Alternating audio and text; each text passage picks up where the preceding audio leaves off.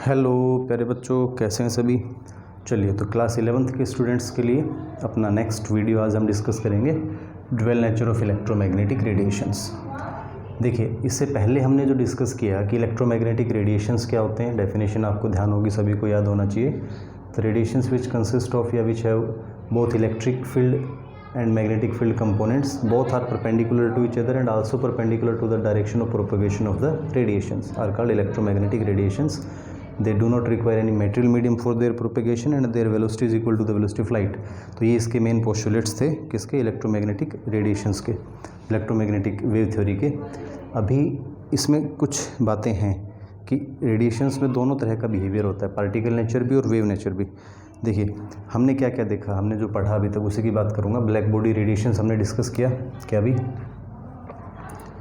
Black body radiations, और एक आपने पढ़ा फोटो इलेक्ट्रिक इफेक्ट। तो ये दोनों चीज़ें हम एक्सप्लेन कर सकते हैं by considering the particle nature, particle nature है ना। इसके अलावा रिफ्लेक्शन है आपका, रिफ्रैक्शन, ध्यान से समझना बेटा, रिफ्रैक्शन, इंटरफेरेंस, डिफ्रैक्शन, इन चीज़ों को आप यदि एक्सप्लेन करना चाहते हो तो उसके लिए हमें मानना पड़ेगा वेव नेचर। मतलब दोनों तरह का करैक्टर यदि रेडिएशन शो कर रहे हैं तभी आप अलग अलग black body radiation, photo electric effect को पार्टिकल नेचर से एक्सप्लेन कर सकते हैं, और रिफ्लेक्शन और रिफ्रैक्शन, इंटरफेरेंस, डिफ्रैक्शन वगैरह को हम वेव नेचर से एक्सप्लेन कर सकते हैं।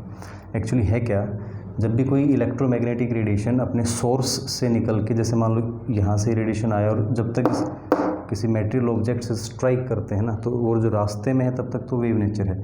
जैसे वो किसी पार्टिकल से टकराते हैं तो फिर वो वेव पार्टिकल नेचर, किसी सरफेस से टकराते हैं तो पार्टिकल नेचर शो करते हैं। 1905 में, इन 1905, आइंस्टीन जो साइंटिस्ट था, है ना, महान ग्रेट साइंटिस्ट आइंस्टीन, उन्होंने शो किया कि हाँ, हम इलेक्ट्रोमैग्नेटिक रेडिएशंस में जो प्लांक्स क्वांटम थ्योरी के अकॉर्डिंग बात आई थी कि भाई radiations have packets of energy, तो उन पैकेट्स की एनर्जी कैलकुलेट कर सकते हैं। And if we are able to calculate the energy and mass calculate कर सकते हैं। And if we are able to calculate the mass of the photon, तो ये ऑटोमेटिकली शो होता है कि उसमें वो क्या है, पार्टिकल नेचर शो करते हैं।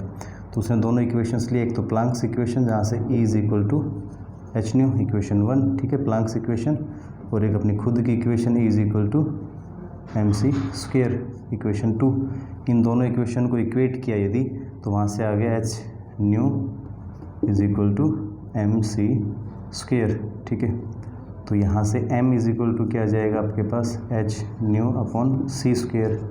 अभी न्यू की वैल्यू आपको पता है क्योंकि c is equal to nu lambda, हमने ये इलेक्ट्रोमैग्नेटिक वेव थ्योरी में बताया था मैंने। तो वहाँ से हम न्यू की वैल्यू पुट करेंगे तो न्यू इज इक्वल टू क्या हो जाएगा, c बाई लेमडा, ठीक है भाई। तो ये वैल्यू यदि हम यहाँ रखते हैं तो m is equal to m is equal to h और c upon c square into lambda, तो एक c कैंसिल हो जाएगा आपका। तो फाइनल रेडिएशन क्या आ गया हमारे पास, चलो इधर लिख लेते हैं, m is equal to h upon c lambda. तो ये रिलेशन क्या शो कर रहा है, ये शो करता है कि हम फोटोन्स का मास कैलकुलेट कर सकते हैं, और यदि ऐसा है तो फिर फोटोन्स पार्टिकल नेचर भी शो कर रहे हैं। ठीक है भाई, समझ में आ गया सभी को। चलिए, एक दो क्वेश्चंस इस पे डिस्कस करते हैं जो आपसे कुछ पूछा जा सकता है। आसान है वैसे, कैलकुलेशन बेस्ड है, सिंपल मैथमेटिकल कैलकुलेशंस होंगी और ज़्यादा कुछ इसमें है भी नहीं, ठीक है। जैसे calculate the mass of a photon of sodium light, calculate the mass of photon of a sodium light having wavelength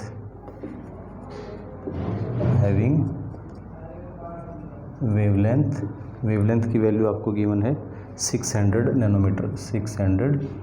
nanometre, ठीक है बेटा। एंड वेलोसिटी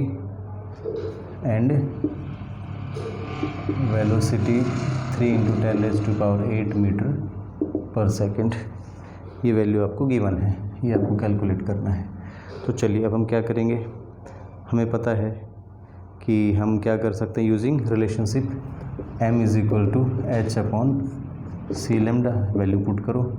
h की वैल्यू आपको पता है कांस्टेंट होता है, तो इसकी value 6.626 into 10⁻⁻34 joule second divided by 3 into 10⁸ metre पर सेकेंड इंटू वेवलेंथ आपको दिया हुआ 600 नैनोमीटर का मतलब होता है 10⁻⁻9 मीटर। आप इसको सोल्व कर सकते हैं, इजीली कैलकुलेट कर लेना। और ये मैं आपको फाइनल रिजल्ट लिख दूं क्या, तो यहाँ से जो आपका वैल्य't आएगी वो आपका आ जाएगा मास केजी में आएगा 3.68 इंटू 10⁻⁻36 kg। ये वैल्यू आपके पास आ जाएगी। ठीक है भाई, इस तरह से आप कर सकते हैं। चलिए, थैंक यू।